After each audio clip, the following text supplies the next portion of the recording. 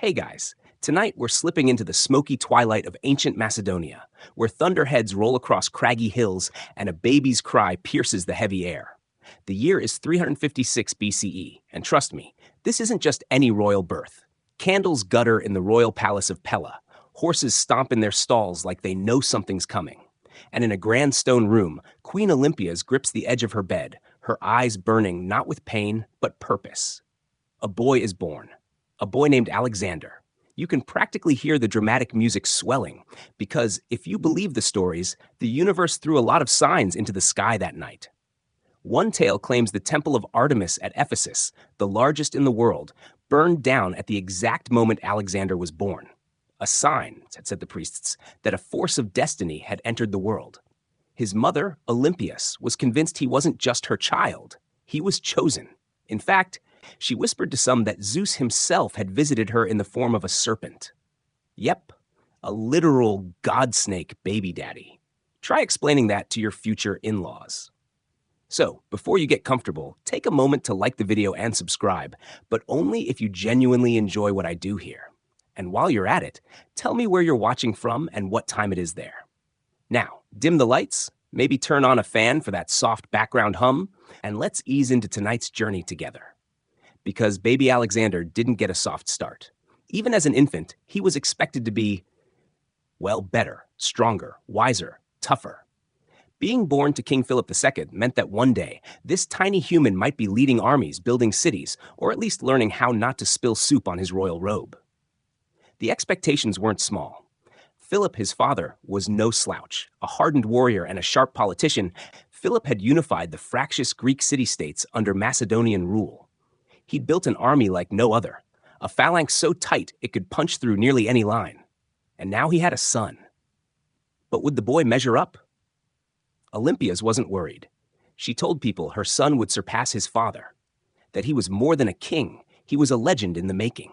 And she wasn't shy about shaping him into one. From infancy, Alexander was treated not like a prince, but like a project.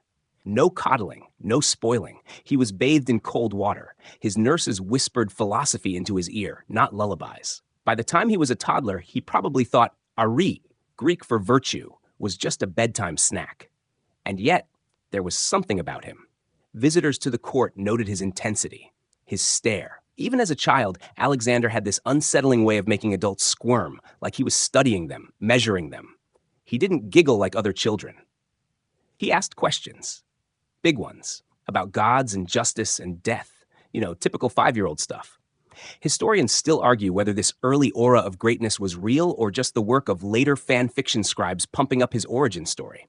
But either way, people noticed, and not always in a good way. Because being special in a royal court, that's like being a flame in a room full of dry hay. Everyone admires you until they don't. There's a strange little fringe tidbit from early sources that Alexander refused to speak until he could speak perfectly. Like he just sat there, mute, for longer than normal, quietly perfecting his diction. Then one day, he burst out speaking in full, articulate Greek. That probably didn't freak the maids out at all.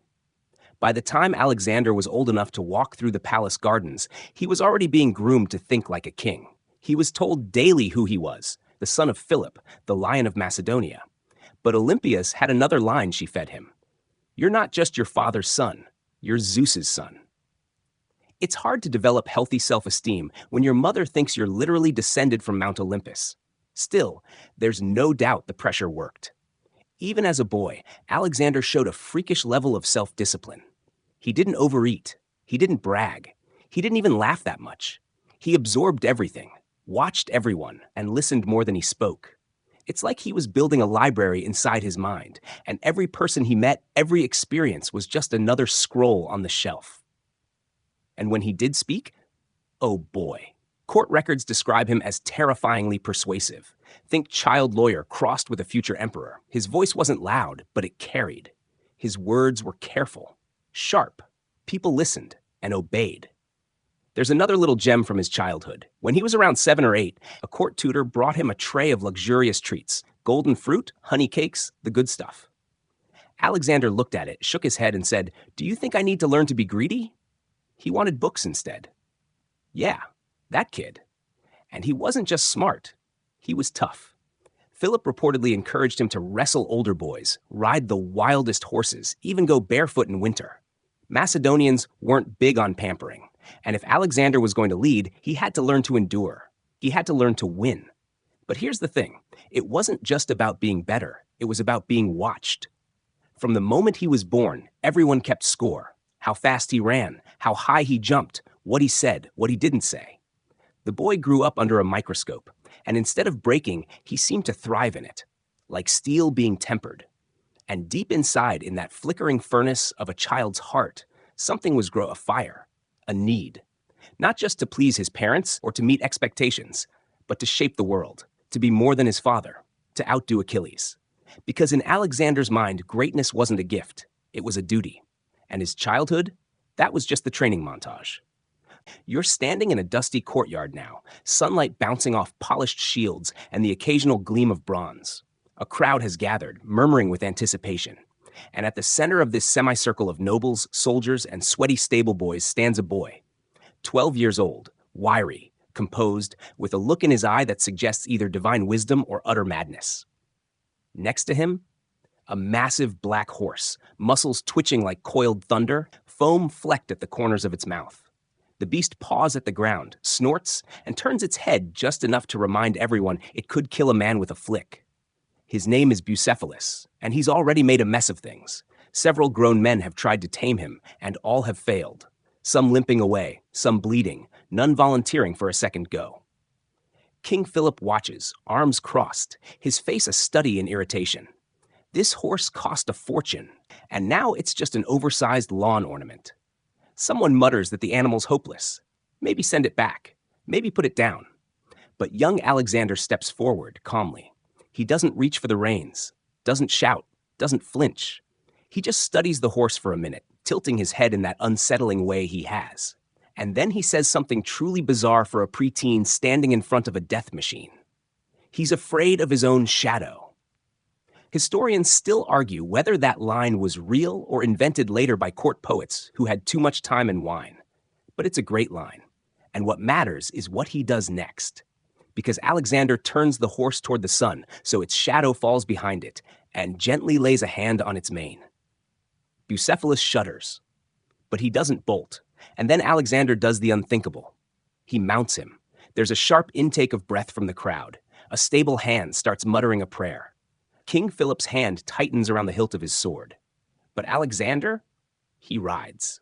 Not just in a circle. He rides like he was born on this horse, guiding Bucephalus across the field with effortless grace.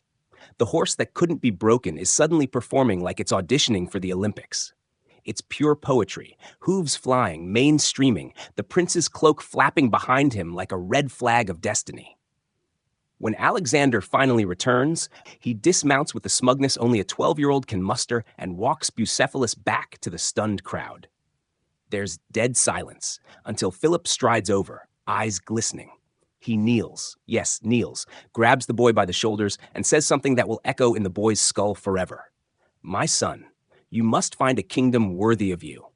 Macedonia is too small. It's a real quote, recorded by Plutarch centuries later. Whether Philip meant it or not, Alexander believed it. And right there, on that dusty training field, you see a dozen leadership traits blossom at once. Observation, patience, fearlessness, emotional control, confidence, and most of all, vision. The ability to see not what is, but what could be. Most people saw a dangerous animal. Alexander saw a misunderstood ally. He adjusted the world, even just a little, to meet his insight. It's a tiny act, but it changes everything. From that day forward, Bucephalus becomes his companion, his warhorse, his symbol. The bond between them is so strong that Alexander swears the horse will only let him ride. And later, when the horse dies, spoiler alert, yes, horses die, even legendary ones, Alexander names a city after him. A city for a horse. There's even a strange fringe rumor, less confirmed but too weird not to mention, that Alexander made soldiers wear mourning black when Bucephalus passed away. Picture an army of sweaty Macedonian warriors weeping for a horse. If that's not loyalty, I don't know what is. But let's not gallop too far ahead.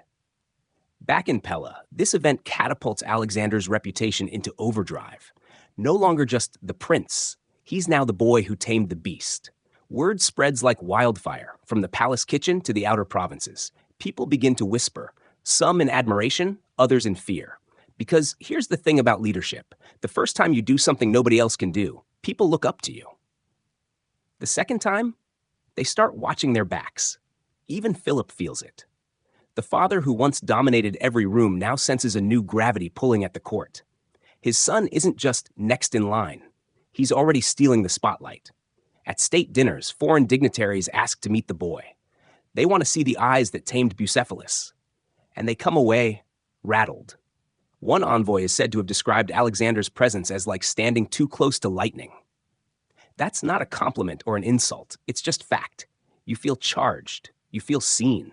And Alexander? He thrives on it. That ride wasn't just a boy showing off. It was a declaration, a signal that he doesn't follow paths, he makes them. That fear is not the enemy, ignorance is. And that leadership sometimes looks like a wild guess until it turns out to be genius. From this point on, Alexander walks taller. He still listens to his teachers, still endures endless drills and yes, more drills. But now he has proof. He can trust his gut. He knows he's different, not just smarter, not just braver, but meant for more. And what's wild is how early that idea forms in him. Most kids at 12 are arguing over bedtime. Alexander's imagining battle maps, wondering how you unify cultures, debating with himself whether fate can be bent or only obeyed. He's not just practicing leadership, he's internalizing it. Becoming it, layer by layer. It's not all epic and glory, of course. He still has to do chores, still gets scolded for sneaking into the armory, still wakes up with bedhead. But something fundamental has shifted. He's no longer just a prince. He's an idea taking shape, an unstoppable, galloping idea, with a warhorse to match.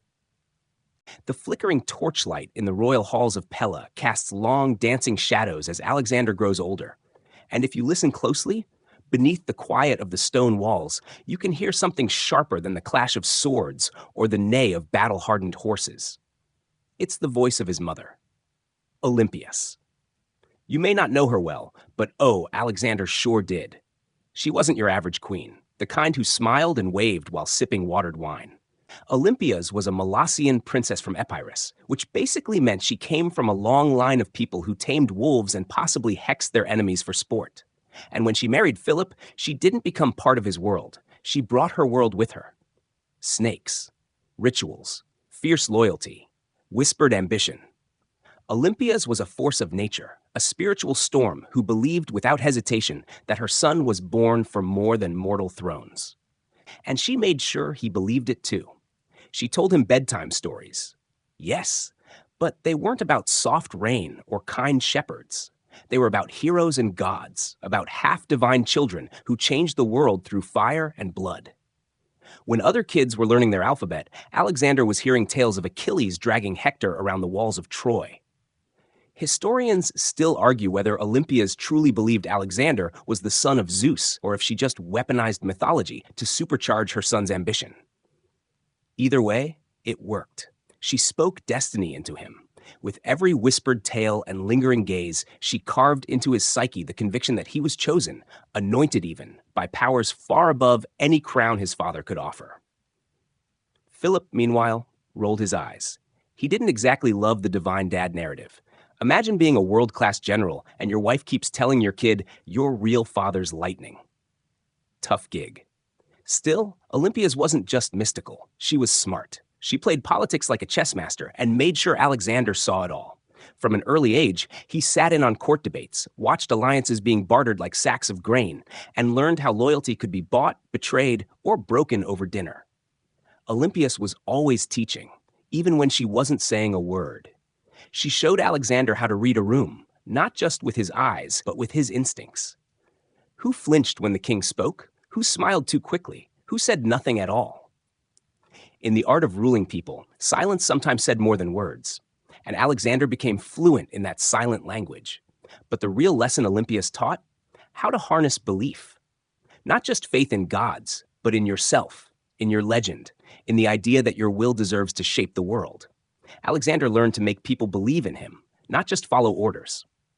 He saw how stories move armies faster than orders ever could, and Olympias made sure he had a story worth repeating. There's a fringe account totally unverified but deliciously eerie, that Olympias kept sacred snakes in her bedchamber and allowed them to slither freely as a sign of her divine favor. Imagine being a palace servant bringing in laundry, only to find a coiled python where the king's socks should be. Good luck sleeping after that. But the effect was real. Olympias had a mystique, and she passed that theatrical flair onto her son. Later in life, Alexander would learn to use that same calculated awe to his advantage, wearing divine symbols, visiting oracles, speaking as if fate itself consulted him over breakfast. Yet their bond wasn't always peaceful. Olympias didn't raise a yes man, she raised a mirror of herself, fierce, questioning, unrelenting. And sometimes, mother and son clashed with the kind of emotional explosions that could shatter royal dinners into icy silence. There's a known episode, Alexander was maybe 14, where he publicly sided with his father in a political dispute, and Olympias withdrew entirely for weeks.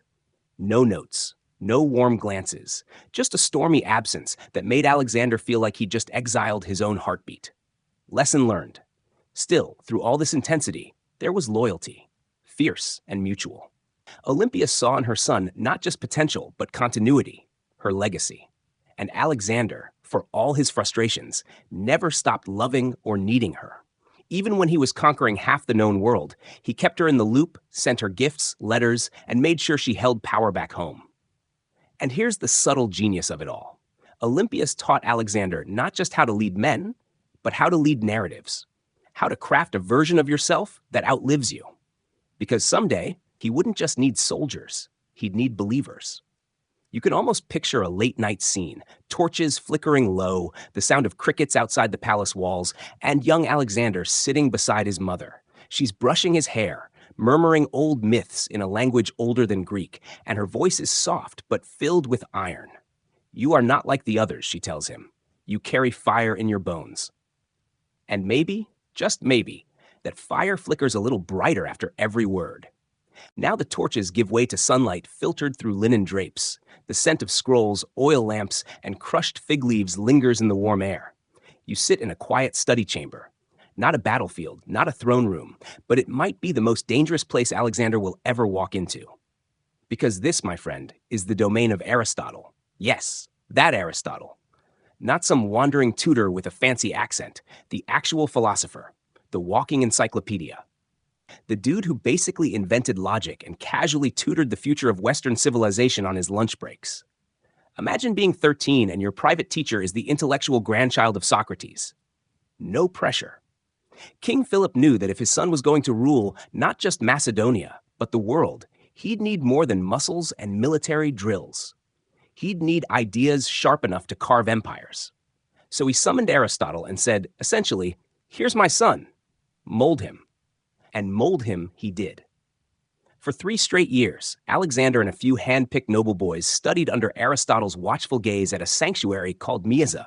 Think elite boarding school meets think tank with a splash of nature retreat. There were shaded porticos, stone benches, gurgling fountains, and possibly one very annoyed owl. But don't picture dusty lectures. Picture fireworks of thought. Aristotle taught the boys poetry, astronomy, geometry, medicine, politics, logic, ethics, biology, you name it.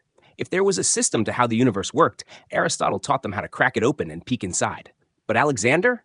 He didn't just absorb the knowledge. He questioned it, doubted it, wrestled with it like a lion cub learning to hunt.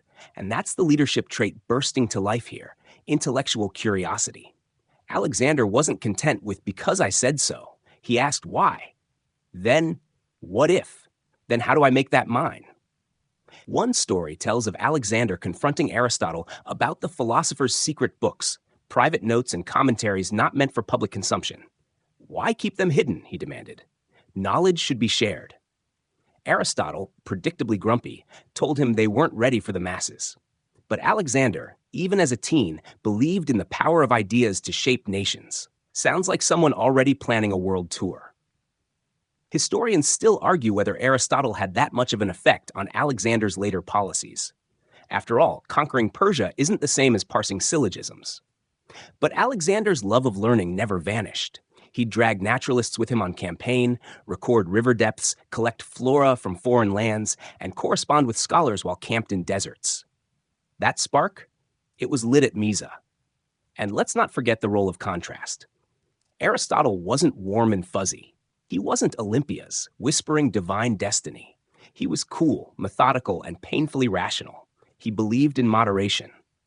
Alexander, on the other hand, was already showing signs of emotional intensity, the kind that burns bridges and builds monuments in the same afternoon. So while Aristotle taught him to balance the senses with the mind, Alexander challenged him by asking where balance ends and boldness begins. There's this fringe anecdote, again, totally questionable but wildly entertaining, that Alexander once brought Aristotle a strange two-headed lizard he found while hiking. "What does it mean?" he asked. Aristotle launched into taxonomy. Alexander interrupted, "But what does it mean for me?" Because for Alexander, everything was personal. Every lesson had to be measured against his own journey. If stars moved in patterns, how could he use them to guide ships? If ethics governed behavior, how could he use morality to unify diverse peoples? Knowledge wasn't academic, it was ammunition.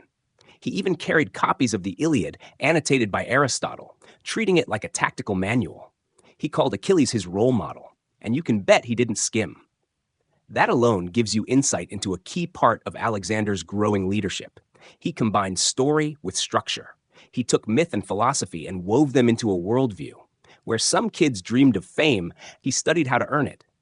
And Aristotle, whether he knew it or not, was sharpening a sword that would one day cut through continents. But there's tension, too. Later in life, Alexander would grow suspicious of Greek philosophers who questioned his divine claims or criticized his merging of Eastern and Western customs. The boy who once worshipped logic began to believe in fate, omens, and symbols. Was that a betrayal of Aristotle? Maybe. Or maybe it was proof of another leadership trait, adaptability. Alexander used Aristotle's tools, but he also outgrew them. He wasn't building a republic in a garden. He was forging an empire on horseback. Still, those early lessons stuck.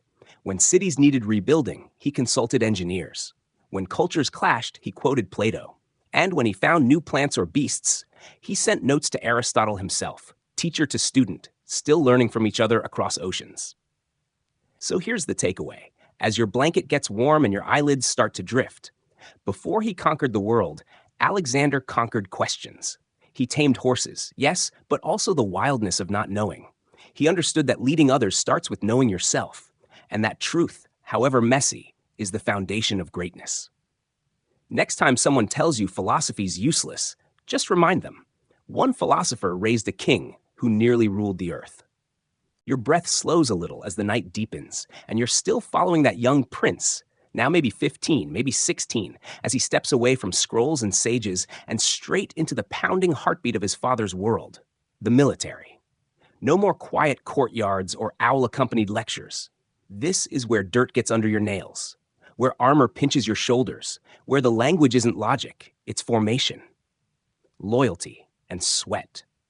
Alexander didn't just get a crash course in warfare. He lived it. By the time most teens are debating toga colors, he was shadowing Philip on actual battlefields, watching how his father, Macedon's one-eyed, battle-scarred hammer, organized armies, outflanked enemies, and turned peasants into phalanx machines.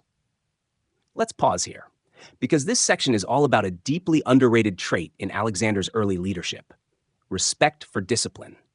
You might imagine someone told from birth that he's descended from gods would flinch at routine, right? That he'd toss aside drills in favor of dramatic speeches or spontaneous sword fights. But no, Alexander embraced the grind.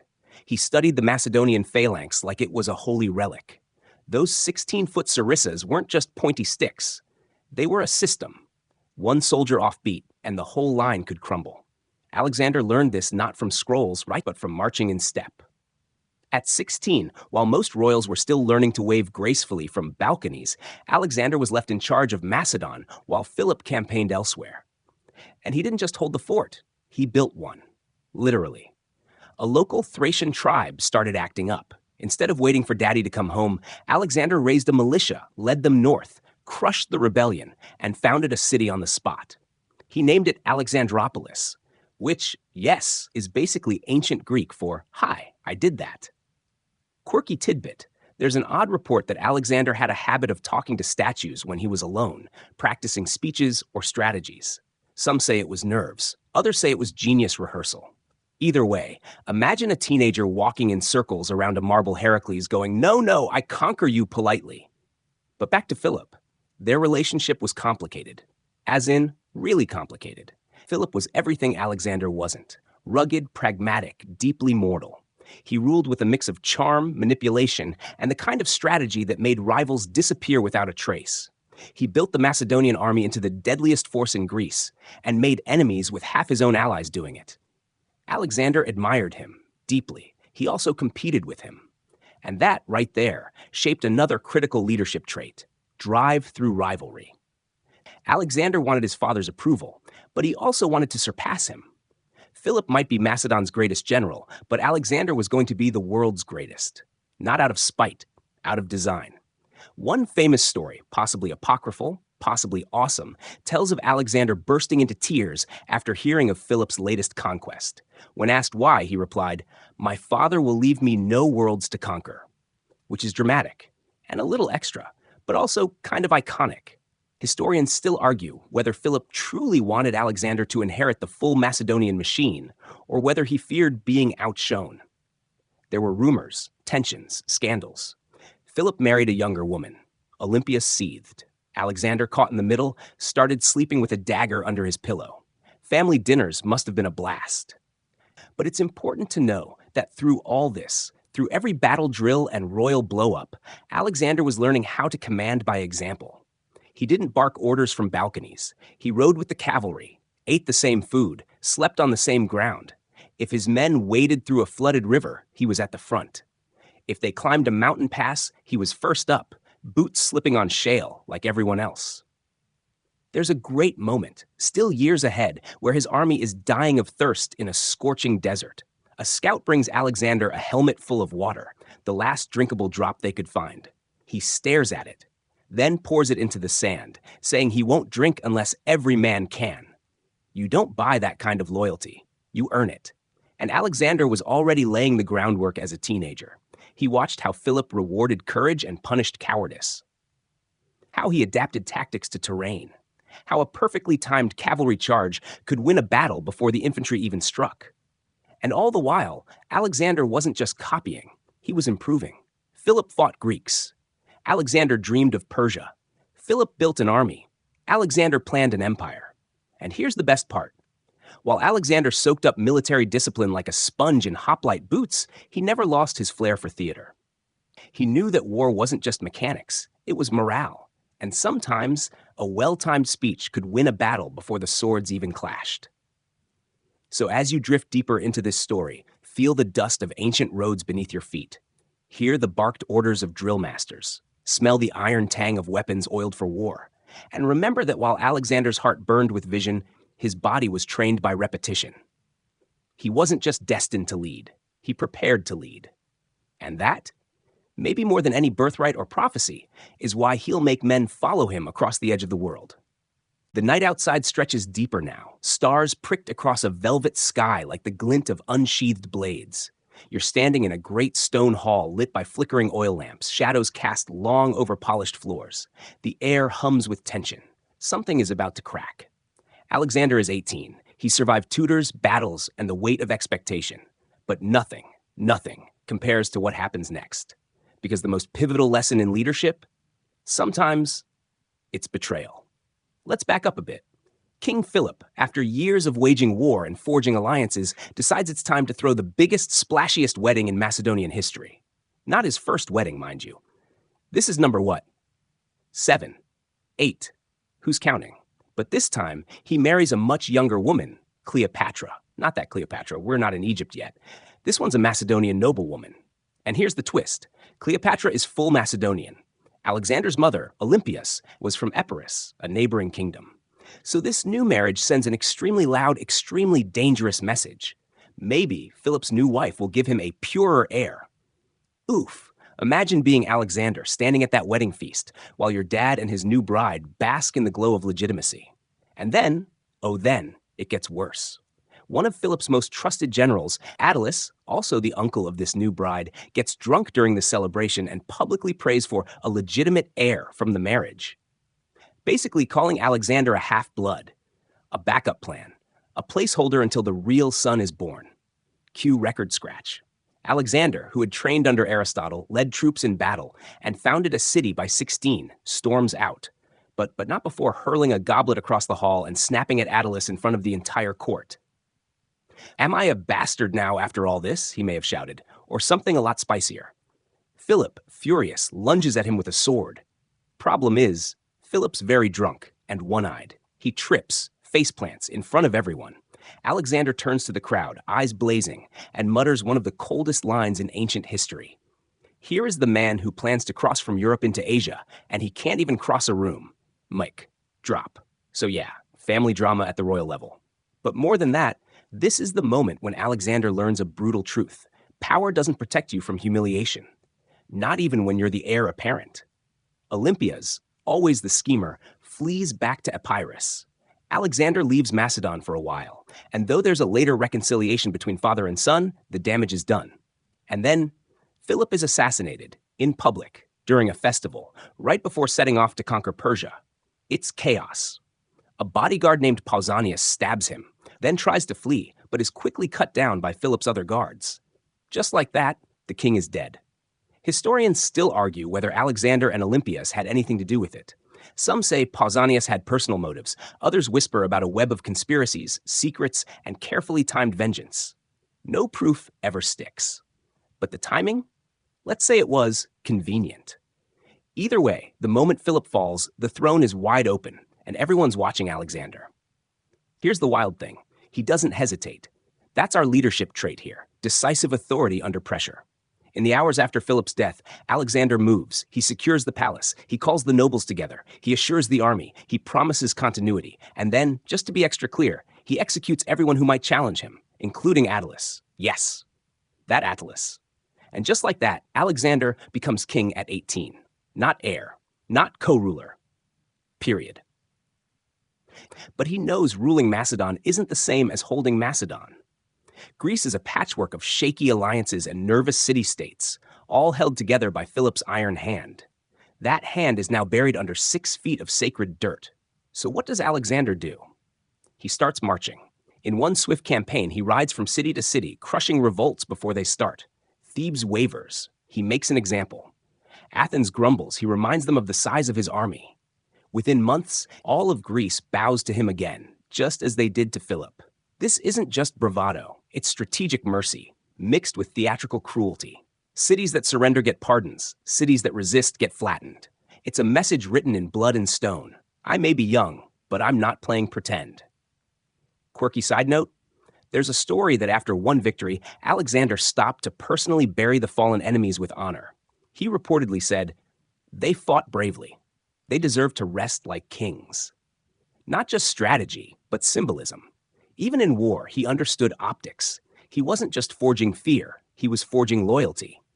And while the grown-ups in his court were still bickering over what to do next, this teenage king set his eyes on Persia, the empire his father dreamed of conquering. Alexander didn't just inherit the mission, he made it his own. So, as your head sinks deeper into the pillow and the candlelight flickers dimmer, think about that. At 18, most are figuring out college majors. Alexander was rebuilding a kingdom, taming a continent, and writing his name into every scroll that dared to whisper the future. And this? This is still just the prelude. You're still with him, this boy king with fire in his veins and a kingdom on his shoulders. The night's gotten quieter, the hum softer, like the hush before something truly monumental. Because now we step into the moment where Alexander doesn't just inherit a throne, he begins to command history. Let's be clear, the idea of invading Persia wasn't originally Alexander's. His father, Philip II, had been planning it for years. Persia was the Goliath across the Aegean Sea, its empire stretching from Egypt to India, a glittering maze of cities, tribute, and satraps. Philip had already begun assembling a force. The path was drawn, the weapons were sharpened. But when Philip died, the whole mission could have crumbled. Instead, Alexander made it his mission. No hesitation, no detour. Just a calm, ferocious, "we're going." And here's where we meet a leadership trait so often overlooked in people still legally teenagers: vision clarity. He didn't see Persia as just an enemy to defeat. He saw an empire to reimagine, to unite, to wear like a second skin. While his generals prepared for battles, Alexander studied Persian customs, maps, and mythology. The kid who'd once debated logic with Aristotle was now studying the stars over Babylon. He didn't just want to win, he wanted to belong to the story of Persia and rewrite it as his own. But before sailing east, he needed to solidify home base. You see, some Greek cities had been grumbling ever since Philip's death. They saw Alexander as young, untested, maybe easy to outmaneuver. Bad guess. One city, Thebes, took it too far. Rumors swirled that Alexander had died. Seizing the chance, Thebes rose in rebellion, driving out the Macedonian garrison. What followed was a masterclass in swift, brutal precision. Alexander didn't send messengers. He didn't write strongly worded scrolls. He marched. 3 days. That's all it took. He appeared outside Thebes with an army the city never expected to face so soon. When Thebes resisted, he ordered the walls breached. The fighting was fierce, but decisive. When it was over, Alexander made an example. The city was destroyed. Not partially, not metaphorically, completely. Only the temples and the house of the poet Pindar were spared. Some 30,000 people were enslaved. The ashes of Thebes blew across Greece like a warning on the wind. Test me, and you'll follow. Historians still argue whether this response was excessive, even cruel. But to Alexander, it was necessary. The message had to be louder than doubt. In an age without social media, Thebes was his press release. After that, no other Greek city dared challenge him. Leadership often gets wrapped up in charisma, strategy, or intellect. But here's one of Alexander's core strengths, forged young and burned deep into his character. He knew when to act fast and when to terrify. You don't have to like that part of him, but you can't ignore it. Even as he led armies with devastating force, Alexander still played the long game. He attended religious festivals, made sacrifices at Delphi, honored old Greek customs. He wasn't just a warrior, he was a symbol, bridging old myths with new ambition. And then, in the spring of 334 BCE, he did it. He crossed the Hellespont, the symbolic border between Europe and Asia. 1 foot in the sand of Troy, the wind pulling at his cloak, Alexander leapt ashore and supposedly tossed a spear into the soil, declaring the land a gift from the gods, and already his by right of conquest. Quirky tidbit, before moving on, he visited the tomb of Achilles. And not just to leave flowers, he ran a race around it in full armor. Some say he even took a lock of hair and laid it on the grave. "My hero," he whispered. "But I'll do it better." And from that point on, everything changed. He faced his first major Persian army at the Battle of the Granicus River. A fierce crossing, a tangle of horsemen and spear points, all fought with a fast-moving river lapping at their knees. Many of his generals begged him not to charge. "Wait until morning," they said. "The sun's too low. The horses are exhausted." Alexander did what he always did. He charged anyway. Leading from the front, he plunged into the water, flanked by his cavalry, splashing into chaos. Arrows rained, swords clashed, blood turned the river red. And then he won. Big. So big that it stunned the Persian governors into silence. So big that Persian nobles began switching sides. So big that the Greek cities in Asia Minor began opening their gates and offering keys on golden plates. That's the kind of victory that rewrites maps. But even more impressive than the tactics, the symbolic choices he made afterward. Instead of treating conquered cities as trophies, he gave them freedom, or at least the illusion of it. He restored democracies in some places. He offered amnesty to former enemies. And most important, he positioned himself not as a destroyer, but a liberator. Imagine how radical that was. A Macedonian king walking into ancient Ionian cities and saying, "No more tribute to Persia, you're free." You bet people started putting up statues. So as your eyelids droop a little and your mind traces Alexander's steps across the sun-baked plains of Asia Minor, remember this. Leadership isn't always about being liked. It's about being followed. And people followed him because he knew where he was going. The stars are out in full now, quiet guardians over ancient lands where empires clashed like thunder. You're riding at Alexander's side, wind snapping through your cloak, dust rising behind the hooves of your warhorse. But this isn't just war. It's theater. It's strategy. It's psychology. Because now Alexander's no longer just proving he's king of Macedon. He's becoming something far larger. After the Battle of the Granicus, the road east unfolds like a challenge. Alexander's army, now deeply loyal and wildly confident, sweeps across Asia Minor. They're not just fighting, they're transforming. And Alexander, he's developing another leadership trait that shaped everything to come: adaptive intelligence. This wasn't brute force anymore. He started reading cultures, observing local customs, blending myth with statecraft. One of his first genius moves? Restoring temples and respecting local gods in every new city he entered. Instead of destroying Persian shrines, he walked in, bowed his head, and left offerings. It sent a simple but revolutionary message. I don't want to erase you. I want to rule you, and I'm paying attention. Quirky little fact: in one town, Alexander refused to walk on sacred soil with his boots. He removed them, walked barefoot across a courtyard, and only then offered his prayers. The locals were so stunned, they pledged loyalty without a fight. But don't let the diplomacy fool you. He was still utterly ruthless when crossed. Take Halicarnassus, a coastal stronghold held by Memnon, one of the last truly clever Persian commanders in the West. Memnon actually gave Alexander a run for his money, defending the city with clever traps and brutal resistance. Alexander? He laid siege with relentless intensity. He used siege towers, battering rams and sappers, engineers who dug beneath the city's walls to collapse them. The battle raged for weeks. Fires lit up the night. And at one point, Alexander himself was seen throwing burning torches at defenders from atop a ladder. The man had zero chill. Eventually, Memnon abandoned the city, burning it behind him. Alexander entered through the smoke, victorious but already thinking ahead. See, each battle wasn't just a victory, it was a lesson. And after each city, Alexander left behind something even more powerful than rubble: loyal administrators. He didn't hoard control. He delegated. Trained governors, local allies, and old enemies, anyone who could keep things running while he moved forward. Historians still argue whether Alexander truly cared about the people he conquered or whether it was all cold manipulation. But the result was clear. The empire he built didn't collapse the day he marched past. It functioned. That's advanced leadership, especially for someone still in his early 20s. Now, let's talk about what might be Alexander's most famous leadership trick: the origin of the haircut. Yep, that haircut. Short in the back, longer at the front, artfully tousled. Statues of him always show it. Sculptors called it the anastole, that upward sweep of hair above his forehead. But here's the twist: it wasn't just vanity, it was branding. Alexander deliberately styled himself to resemble heroes in Greek mythology, especially Heracles, the guy with the lion-skin cloak and absurd strength. That hair? It made him instantly recognizable. It made him a living icon.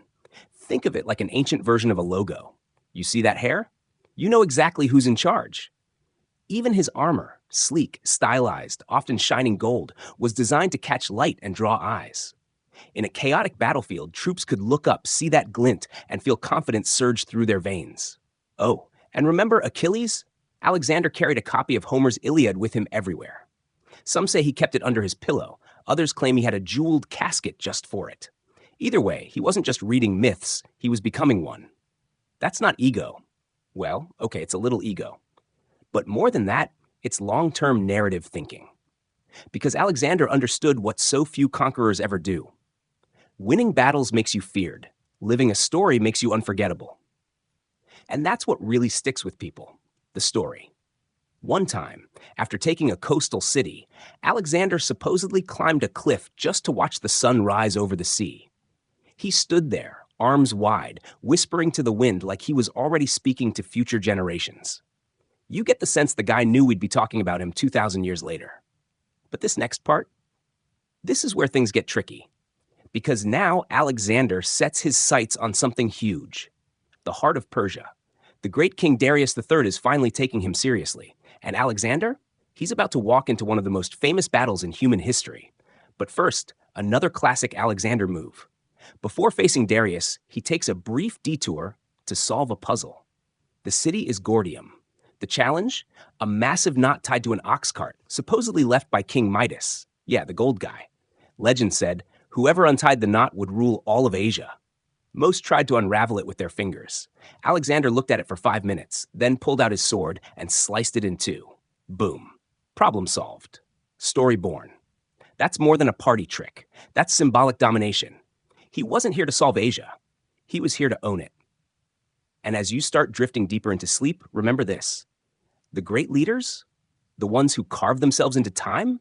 They don't just face obstacles, they rewrite the rules. You're deep in it now, the drums of history getting louder. Alexander has thundered his way across Asia Minor, outmaneuvered Persian governors, rebuilt cities, and branded himself like a mythical rock star with armor. But here's where the tempo shifts. This is no longer just conquest. This is destiny chasing destiny. Because now, across the sun-baked plains of what is today southern Turkey, Alexander faces his biggest challenge yet, Darius III, the great king of Persia. Now, Darius wasn't new to this whole ruling empires thing. His throne room was bigger than most cities. He controlled millions of subjects, had riches beyond counting, and could summon a cavalry that looked like a storm cloud on the horizon. He dismissed Alexander as a rebellious upstart. But now he's annoyed. And when Persian kings get annoyed, they gather armies the size of small planets. So the stage is set for the Battle of Issus. This isn't a minor border clash. This is Titan versus Titan, the old world versus the new. And guess what? Alexander's outnumbered. Again, some estimates say Darius had 100,000 men. Others say 250,000. The math changes depending on who's telling the story and how dramatic they want it to sound. But the takeaway is this. Alexander's army is massively outgunned. So how does he win? Easy. He cheats. Not at the rules of war, but at the rules of thinking. Instead of charging directly into the Persian wave, Alexander chooses his battlefield carefully. A narrow plain near the Panaris River, with mountains hemming in Darius's army and restricting their movement. That one decision? It turns Persian numbers into a disadvantage. Their massive army gets jammed up like rush hour traffic. They can't maneuver. Their archers can't get into position. Alexander's troops? Tight, fast, deadly. And once the battle begins, Alexander does what he always does. He leads from the front. Spears fly, horses scream, the ground shakes. Alexander, clad in shining armor and probably shouting something epic, launches a cavalry charge straight at the Persian center, right at Darius. Here's the crazy part. Darius sees Alexander coming and flees the battlefield. He runs. His chariot bolts. His men watch their god king abandon them.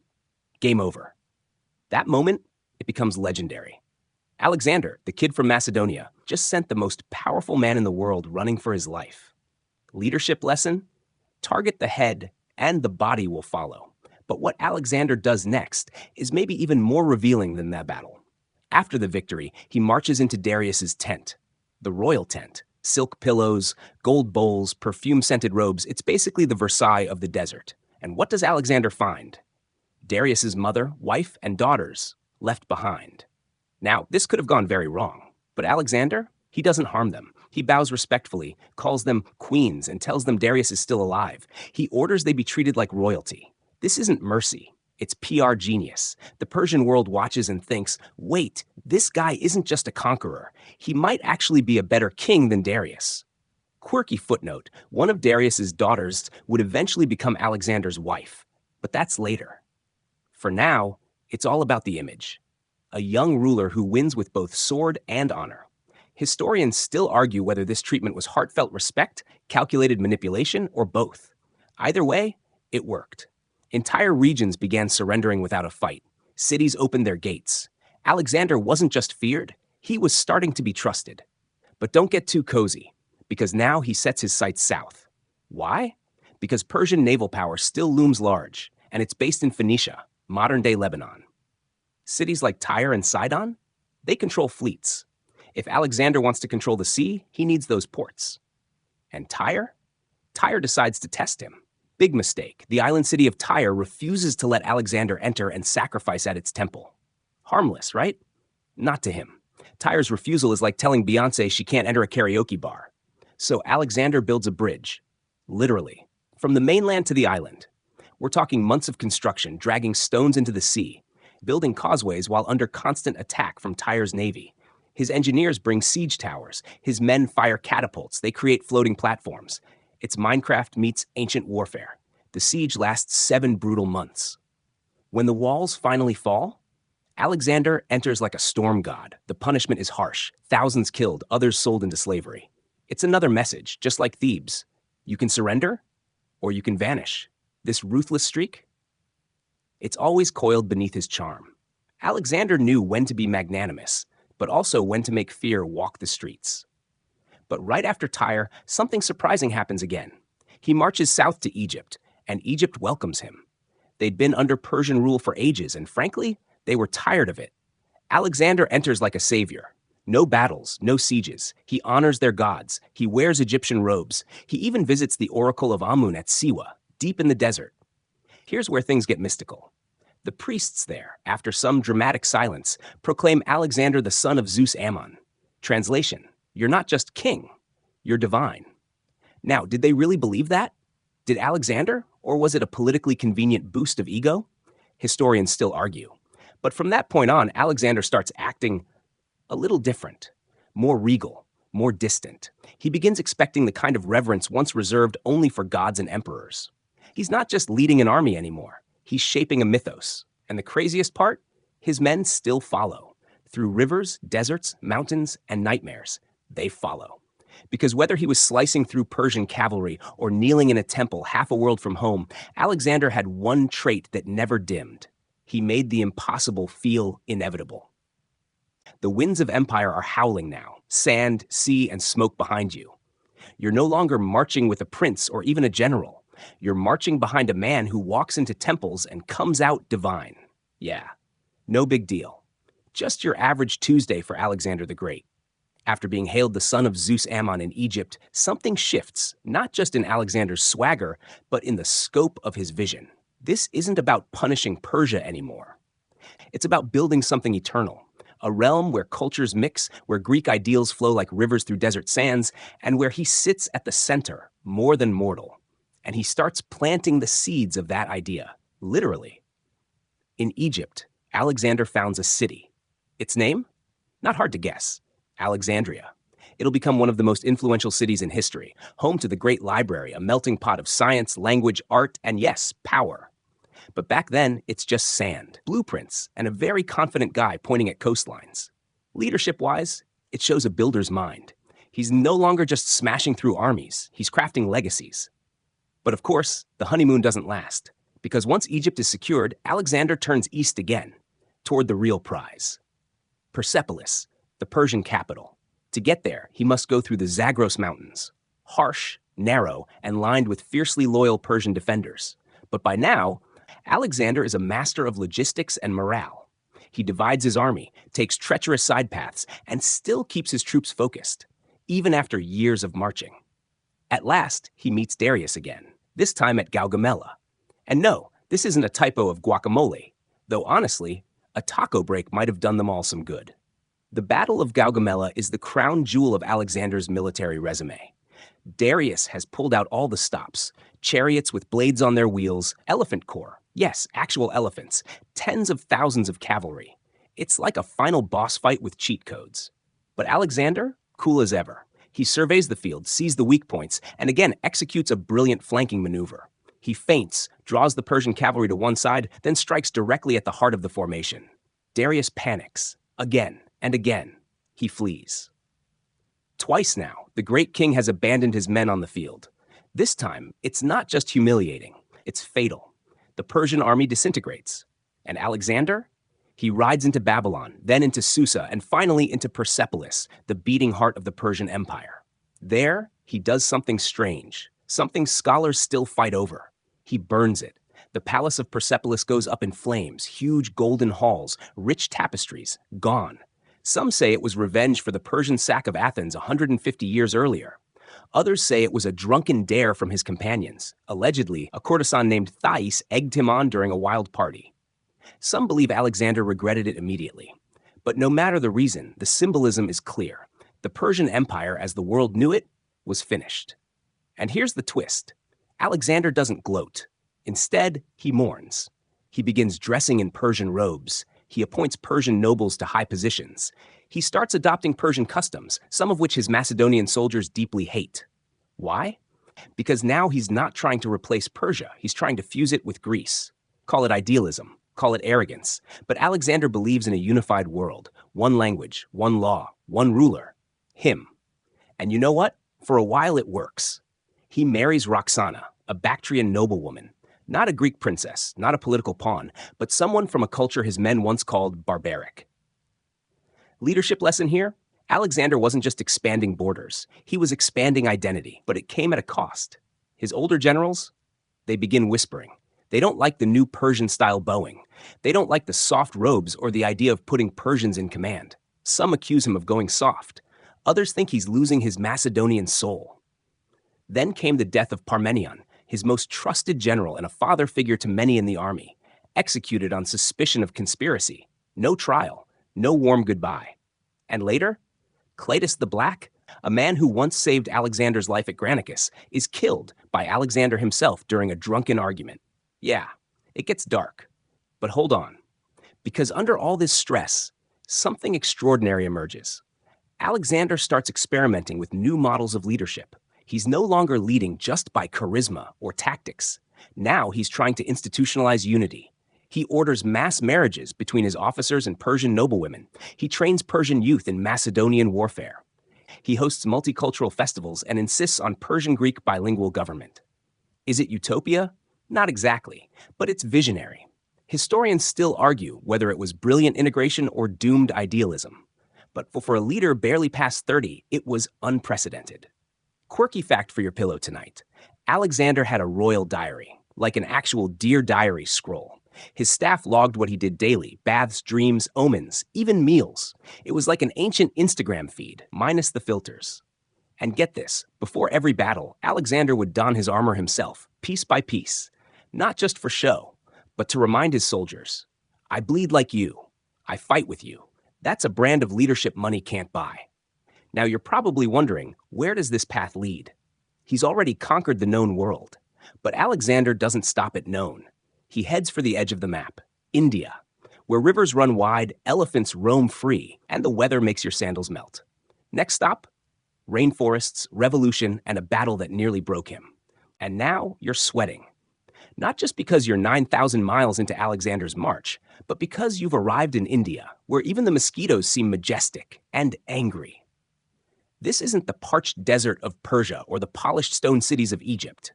This is thick jungle, torrential monsoon, and unfamiliar everything. New gods, strange tongues, war elephants the size of temples, and of course, new enemies who aren't exactly thrilled about uninvited Greeks marching through their backyard. But Alexander? Totally unfazed, probably humming a tune. Maybe something like, "What's one more empire before breakfast?"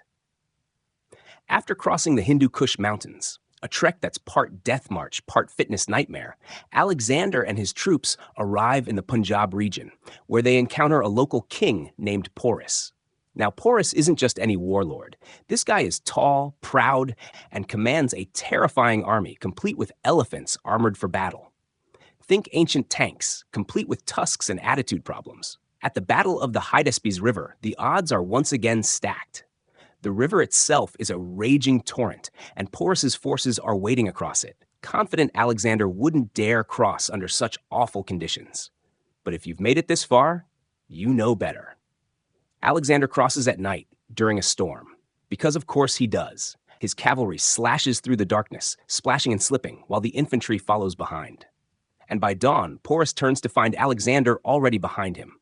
The elephants trample, the ground shakes, and the screams echo. But Alexander's strategy, divide, distract, conquer, works again. Porus fights valiantly, refusing to surrender even when surrounded. Eventually, wounded and exhausted, he's captured. Alexander asks how he'd like to be treated. Porus replies, as a king.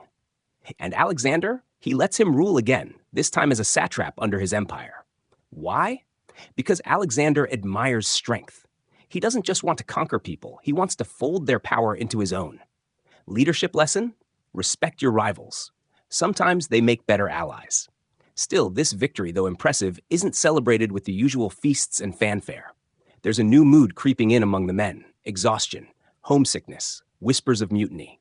They've been marching for 8 years. That's longer than most fantasy trilogies. They've seen their comrades die, watched their general become a god king, and now they're trudging through endless monsoon rains with leeches crawling into their boots.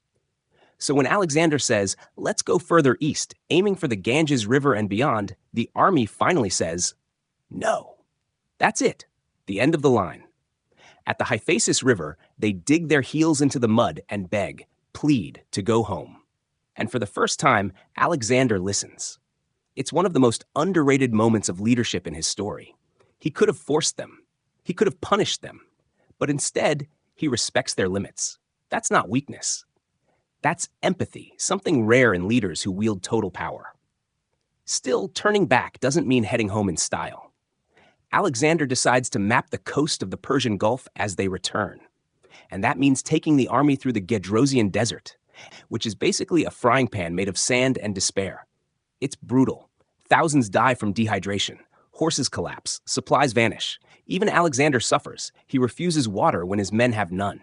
He carries the wounded. He walks barefoot through the sand.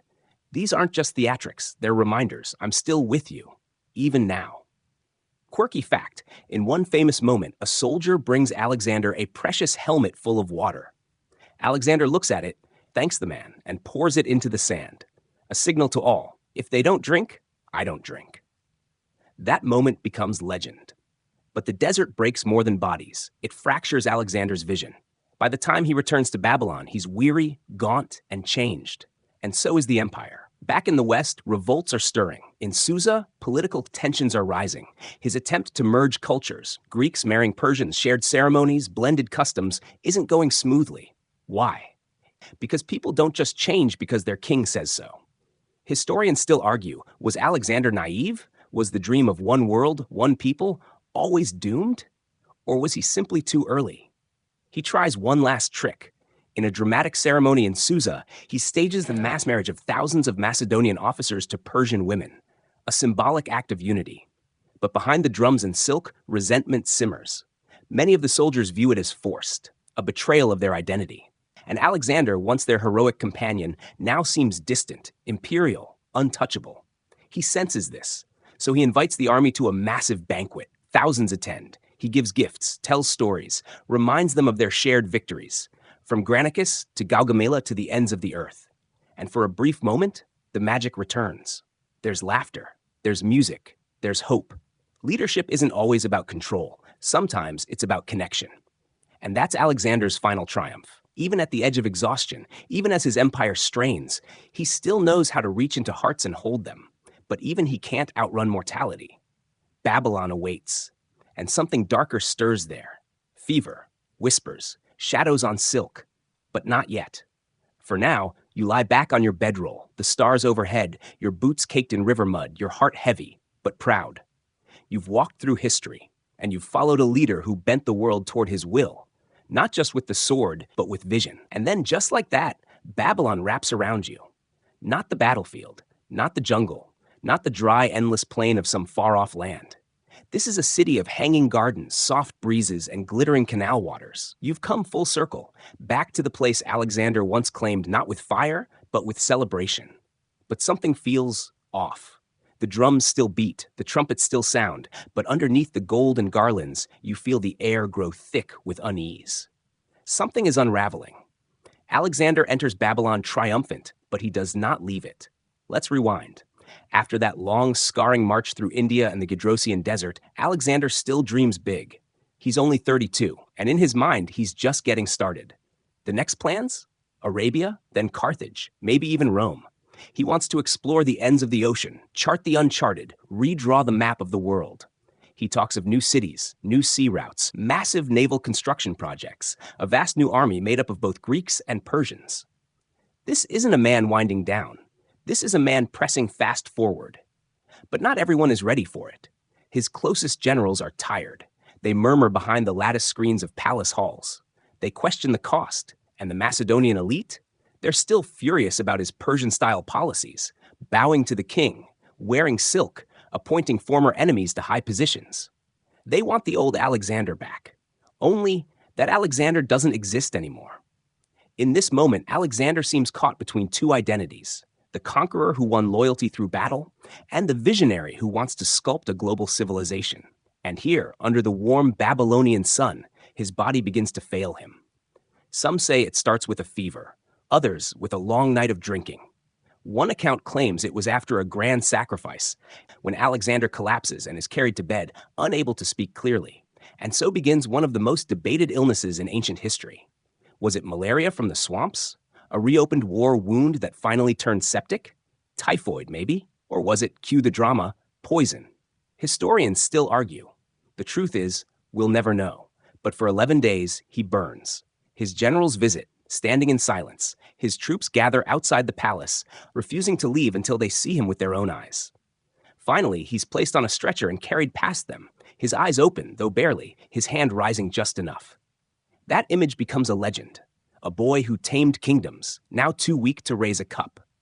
A man who crossed the known world, now crossing into myth. And here's the strangest part. Before he dies, they ask him, "To whom will you leave your empire?" And he whispers, or maybe doesn't whisper, we really don't know, "To the strongest." Mic drop, or chaos bomb, depending on how you look at it. Because the strongest, that's not a name. That's an open invitation for civil war. But we're getting ahead of ourselves. Back in his final days, Alexander's leadership shows one last glimmer. Even on his deathbed, he tries to organize succession. He gives his signet ring to Perdiccas, a trusted officer. He outlines plans for new cities. He insists on the fusion of peoples, though, the continuation of multicultural governance. It's a dream he never gets to finish. And when he dies, just 32 years old, the world goes silent, really silent. Not just because of grief, but because no one knows what comes next. He has no clear heir. His only son isn't even born yet. His generals, each brilliant, ambitious, and power-hungry, start eyeing pieces of the empire like vultures circling the richest carcass in history. And just like that, his great vision splinters. The empire fractures into the Diadochi Wars, a multi-decade bloodbath where old friends become enemies, carving up territories in his name while chasing power for themselves. But even in the shattering, his influence remains. Greek language spreads across the East. Art, science, and philosophy flourish from Egypt to Bactria. Entire cities named Alexandria dot the map, their foundations echoing his footsteps. Leadership isn't always about the long rule. Sometimes it's about the long shadow. And Alexander's shadow? It stretches across centuries. Quirky fact for your campfire thoughts. After his death, his body was placed in a golden sarcophagus and eventually transferred to Egypt. Ptolemy, one of his generals, took the body to Alexandria, where it became a site of worship and pilgrimage. Roman emperors, including Julius Caesar and Augustus, would later visit his tomb in reverence. But here's the twist. The tomb? Lost. Vanished sometime in late antiquity. Historians, archaeologists, treasure hunters, they've all searched. Some say it's buried beneath modern Alexandria. Others believe it was looted, destroyed, or sealed away forever. Poetic, really.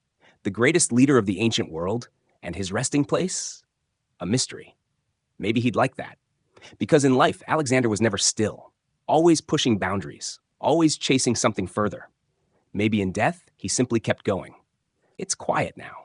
No more clashing swords, no rivers to cross, no elephants stomping through the mud, just the lingering pulse of a story that refuses to end. Because though Alexander is gone, yes, really gone, no secret island retirement plan, his legacy is only just beginning. You don't build an empire from Greece to India without leaving behind some breadcrumbs. And Alexander left a bakery's worth. Let's start with the obvious.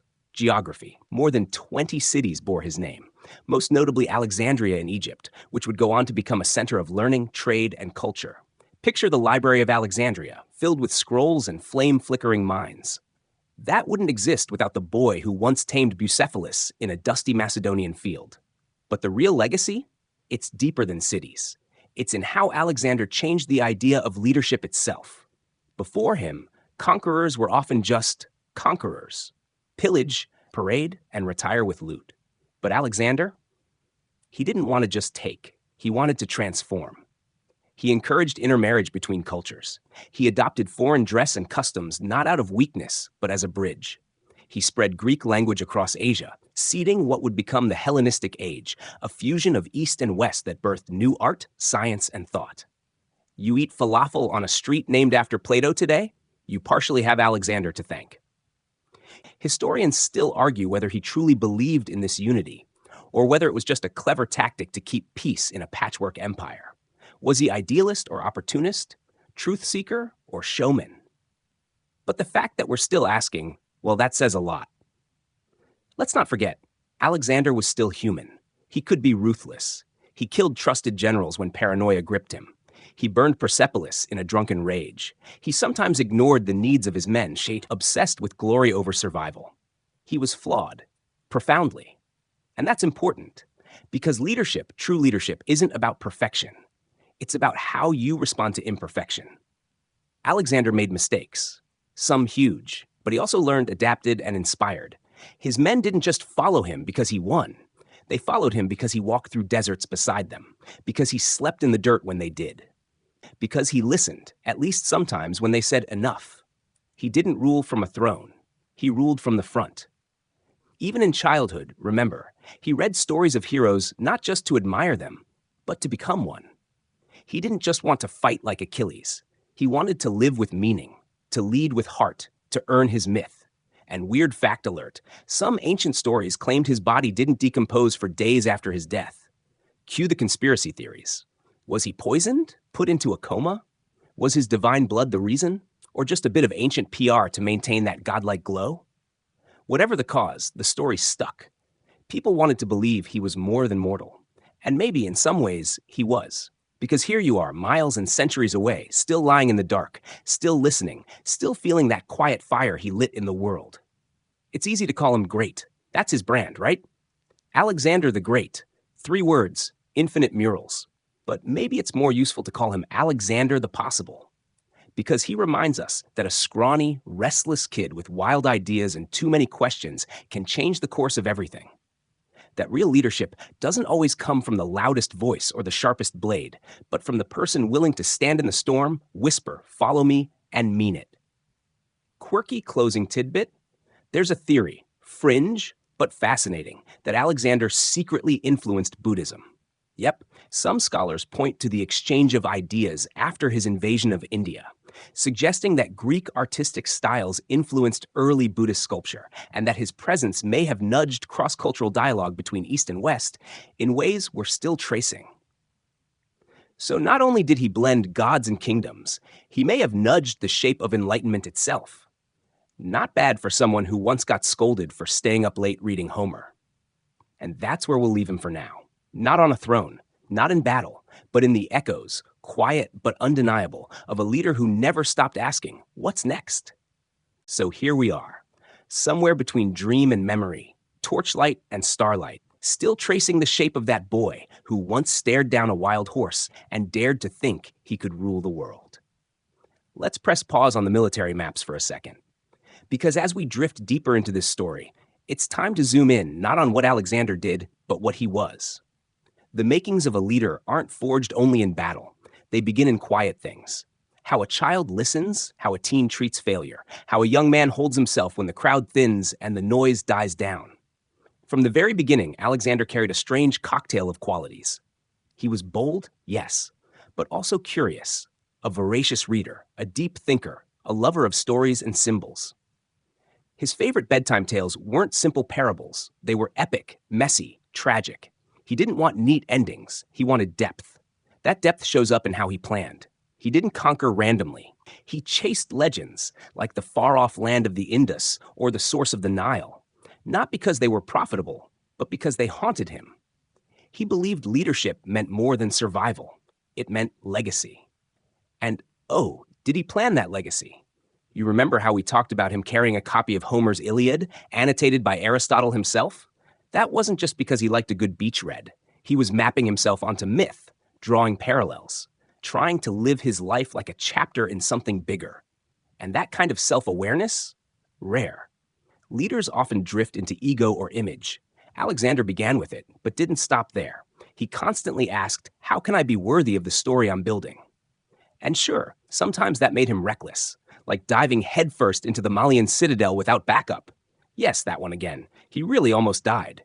But it also made him resilient. He got wounded again and again. Cracked ribs, broken bones, scars all over.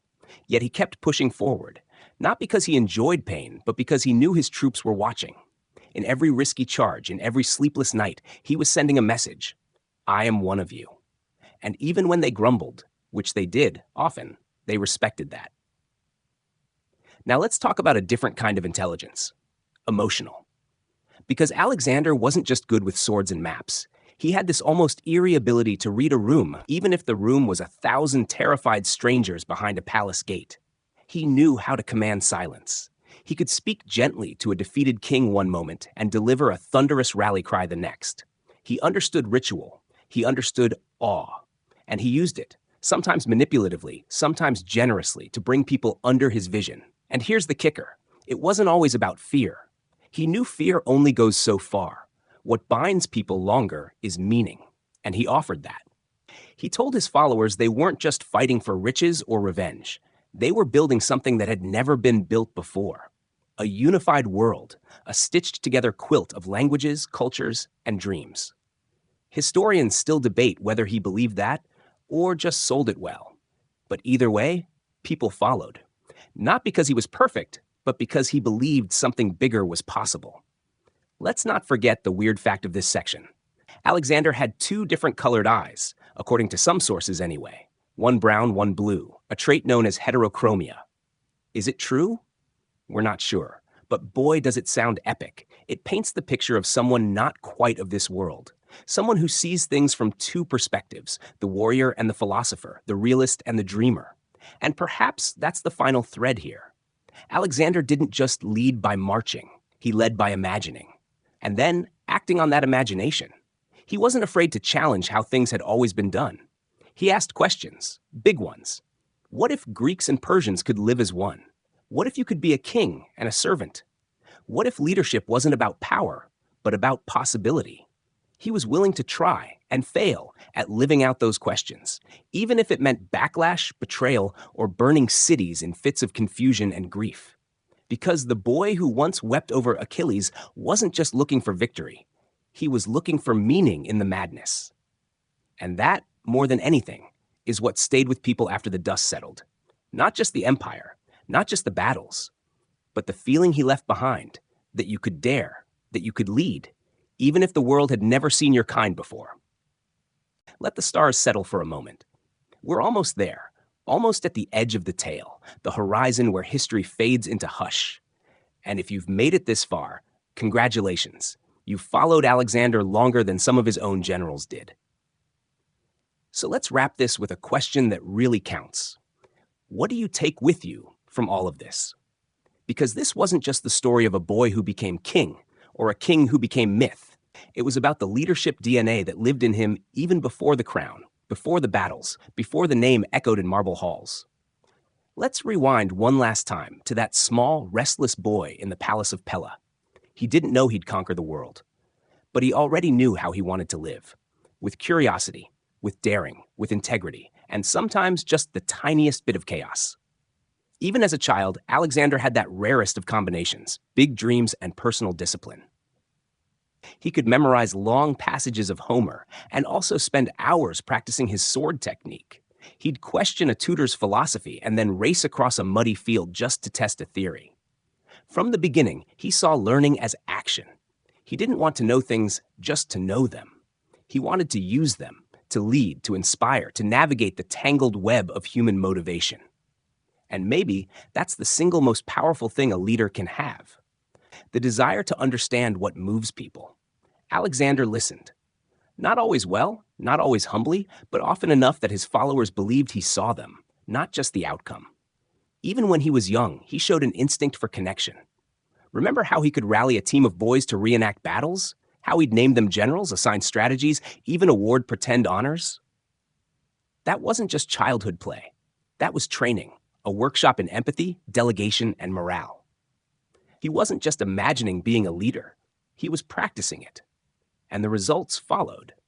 As a teenager, he held his own in the Battle of Chaeronea, not in a safe corner, but commanding a cavalry unit. His actions helped break the enemy line. The message was loud and clear. He wasn't just a prince playing war. He was earning his place. Of course, historians debate just how involved he really was.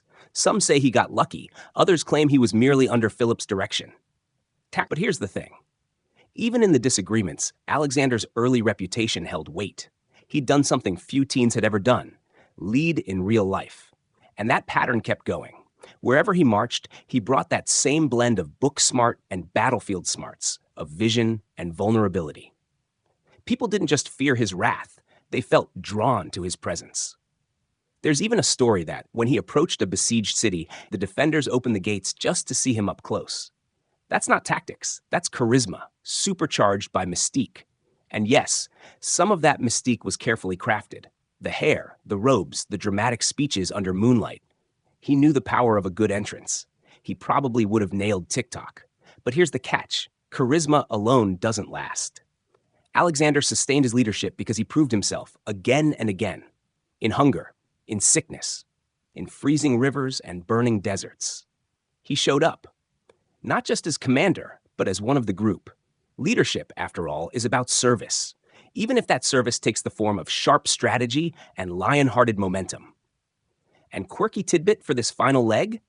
He might have invented one of the earliest versions of a group debrief. After battles, he'd meet with soldiers to hear their thoughts, not just about fighting, but about life on the march. It's not exactly a corporate retreat, but it's close. He understood that shared purpose needs maintenance, not just commands, not just gold, but time, attention, and, yes, emotional intelligence. And that's why, to this day, even military schools study him. Not just the flanking maneuvers, but the mindset. The boy who refused to believe the world had an edge. The teenager who demanded answers, even when the questions made others uncomfortable. The young man who stared at storms and said, "Let's go anyway."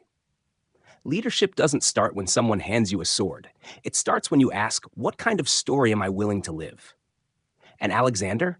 He chose one of the hardest, boldest, and most fascinating ones of all. Now for the wind down. Let's slow things down. Picture the torchlight in the palace dimming, shadows stretching long across the marble floor, the hum of distant music echoing in corridors once trod by sandal and ambition. Breathe deeper now. Nothing to conquer tonight, no maps to trace, just the gentle weight of history settling in your chest like a warm blanket. You've wandered far, seen through the eyes of a boy who reached beyond the known world, and somehow you've made it back home, wiser, quieter. There's something comforting in knowing that even legends were once children, curious, clumsy, bursting with questions, just like you, just like we all were.